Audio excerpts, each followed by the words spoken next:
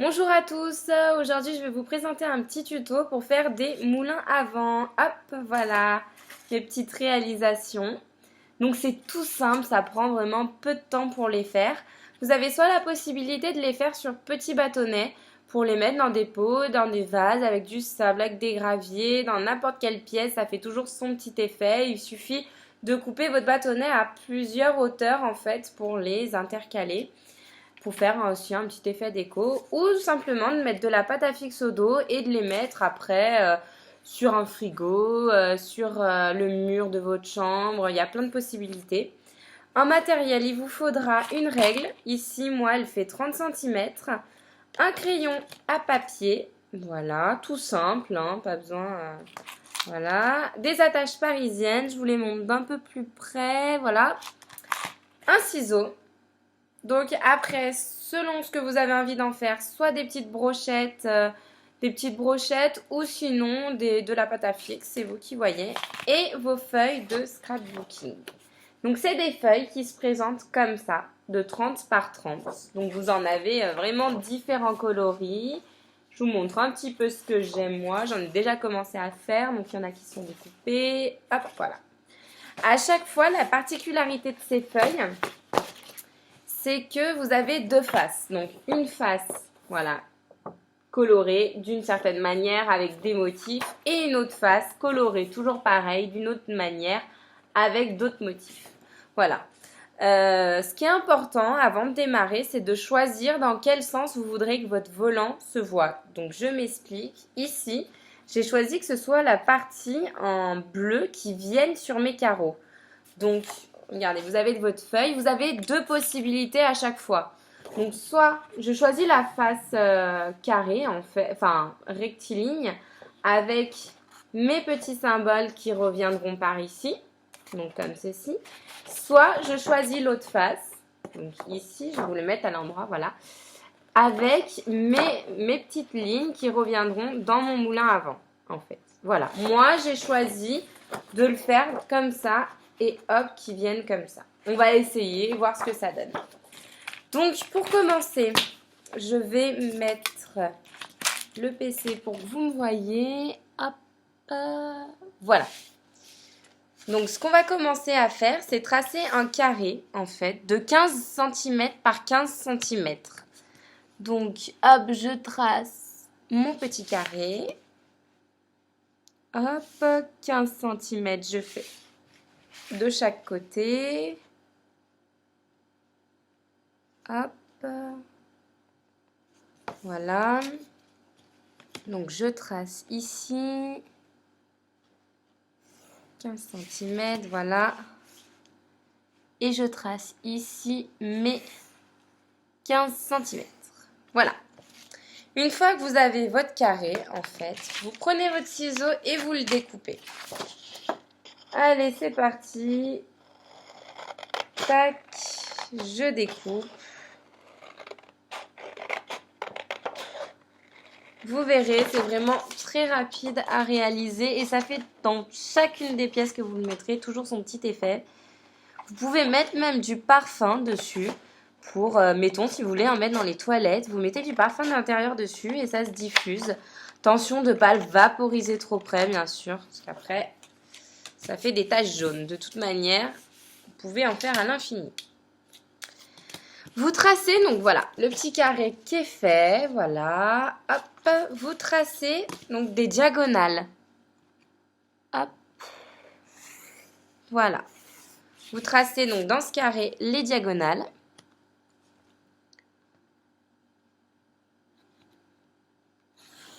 Voilà. J'ai tracé mes diagonales, je ne sais pas si on les voit bien, voilà, hop. Une fois que vous avez tracé vos diagonales, vous vous mettez dans chaque angle en suivant la ligne de diagonale et vous faites un petit trait à 6 cm. Voilà. Donc dans votre quatre coins, vous faites ça. 6 cm, voilà. 6 cm, hop, encore un petit. Et le dernier, 6 cm. Voilà. Une fois vos 6 cm tracés, à chaque fois, je vous montre de plus près. Voilà, là, vous voyez, je suis à 6 cm du bord. Ah, qu'est-ce qui se passe? On ne voit plus. Ah si, c'est bon.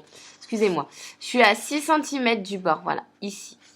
Donc, ce qu'on fait, c'est qu'on prend les ciseaux et qu'on vient découper jusqu'à l'encoche de 6 cm. Donc, on suit bien notre diagonale et on s'arrête à notre encoche des 6 cm. Voilà. Vous faites ça dans les 4 coins. Voilà. Hop, je me dépêche. Tac.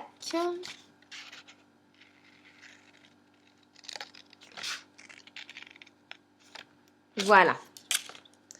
Une fois donc que vous avez fait ça, vous avez donc votre carré qui est des deux côtés. Voilà. Vous voyez, hop, là et là. Voilà. Vous prenez votre ciseau. Donc, une des deux parties du ciseau, là, c'est la plus pointue. Moi, je vous conseille quand même. Vous vous mettez au milieu et vous faites attention aux doigts. Hop, et vous faites un petit trou. Voilà. Comme ceci. Regardez, j'ai mon petit trou. Vous vous mettez aussi... Donc, vous avez fait votre trou. Vous prenez une des parties. Moi, j'ai choisi, mettons, la partie du haut. Voilà, celle-là. La partie du haut. Et je fais aussi un petit trou dans l'angle. Voilà, pas trop près du bord bien sûr pour pas que ça se déchire. Donc j'ai fait mon petit trou ici. Du fait que je l'ai fait ici, je vais ici. Je ne fais pas de petit trou sur cette partie, mais sur celle d'à côté, ici. Celle qui est dessous. Voilà. Donc je fais mon petit trou. Voilà. Donc j'ai fait un trou sur la partie du bas, ici. Vous allez à l'autre partie. Vous ne faites pas de trou à celle-ci, mais à celle d'après. À chaque fois, vous en sautez un, en fait. Vous sautez une partie. Hop, et vous passez à la suivante. Donc, ici, j'ai fait mon petit trou là. Je ne prends pas celle-là, mais je prends celle d'à côté. Voilà. Donc, au total, vous devez avoir les 4 trous du côté et votre trou central. Une fois que vous avez réalisé ça, vous prenez votre attache parisienne. Alors, hop. Vous prenez votre attache parisienne. Vous la laissez bien emballée en fait. Vous ne touchez pas à ça pour l'instant. Vous prenez là où vous avez fait un trou. Et vous passez votre attache parisienne de l'extérieur vers l'intérieur. Voilà. Vous prenez votre autre trou que vous avez fait et vous venez le rattacher de la même manière, de l'extérieur vers l'intérieur.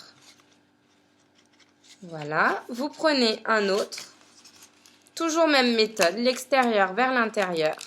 Et au fur et à mesure que vous le faites, ça commence à se mettre en place. Donc vous tenez bien toujours d'une main et vous ramenez avec l'autre.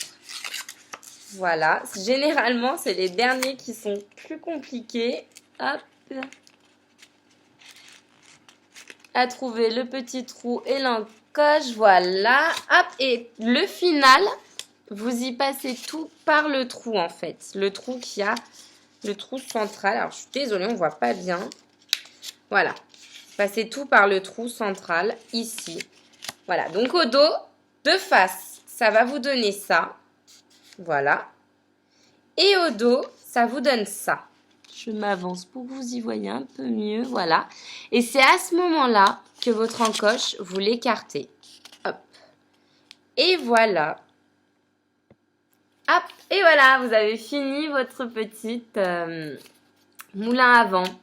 Donc après, deux possibilités. Soit vous prenez, hop, votre petit bâtonnet que vous venez. Donc je vais vous montrer. Hop, vous vous mettez ici. Et vous ramenez, toujours en appuyant bien en fait. Hop, est-ce que je vais y arriver à vous le faire comme ça? Ouais, je pense. Hop, et vous venez rabattre ici pour que ça tienne. Voilà. Une fois que vous avez fait ça, ça tient et vous avez votre joulet moulin à vent monté sur bâton. Sinon, la deuxième possibilité, c'est de rajouter en fait au dos de la pâte à fixe ici et que vous accrochez contre le mur. Voilà. Donc, ça fait des jolis moulins à vent, rapides, pas cher vraiment du tout à faire et qui fait toujours son petit effet décoration. Voilà, j'espère que ce petit tuto vous a plu et que vous me laisserez un petit commentaire en bas pour me dire ce qu'il y a à améliorer ou pas. Voilà, je vous fais des bisous. Bisous à tous, bisous de moi, salut!